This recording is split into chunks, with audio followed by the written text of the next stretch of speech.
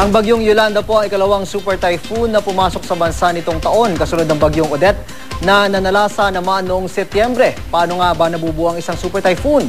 Alamin sa balitang hatid ni Tina Panganiban Perez.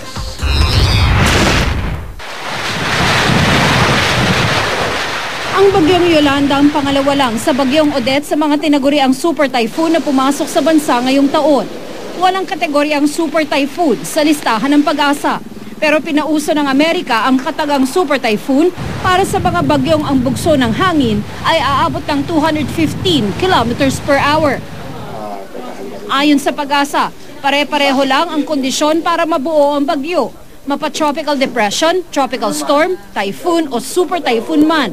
Kailangan ang sea surface temperature o ang temperatura sa taas na bahagi ng dagat ay hindi bababa sa 27 degrees Celsius. Kailangan din ang ocean heat content o ang temperatura ng tubig hanggang sa lalim na 50 meters ay ganun din kainit sa sea surface temperature. Parang sea surface temperature yung ano niya, temperature niya hanggang sa 50 meters. So halukayin man ito ng bagyo, i-mix man niya, ganun pa rin yung temperatura. So napapanatili ng bagyo yung lakas niya. Ang wind shear o ang bilis ng hangin sa taas ng himpapawid at ang bilis ng hangin malapit sa lupa ay dapat magkapareho rin daw. Pero kung pare-pareho ang kondisyon para mabuo ang mga bagyo, bakit merong tulad ng Yolanda na nagiging super typhoon? Ang difference yan, yung kondisyon mismo. Sometimes hindi siya favorable, sometimes naman favorable.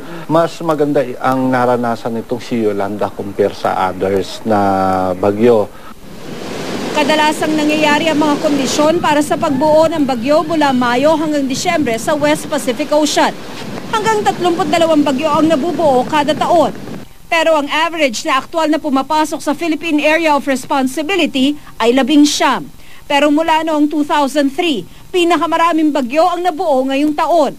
Ang forecast ng Joint Typhoon Warning Center o JTWC ng Amerika, 24 ang papasok sa PAR ngayong taon. Sa ngayon, nakaka-24 na bagyo na tayo. 2 nga sa mga ito, super typhoon. Dahil kaya ito sa climate change? Mayroon namang basihan na climate change ang maaaring rason sa pagbago ng klima at paglala ng ating panahon, ng weather. Pero hindi pa sapat yung nakalap na ebidensya ng mga scientifico. Historically naman, nagkakaroon ng iba't ibang klase ng o kondisyon ng panahon. At alam natin to nangyayari historically kahit na walang input from carbon dioxide increase, etc. etc. Base sa data ng Pag-asa, dumarami na ang mga bagyo kapag patapos na ang taon.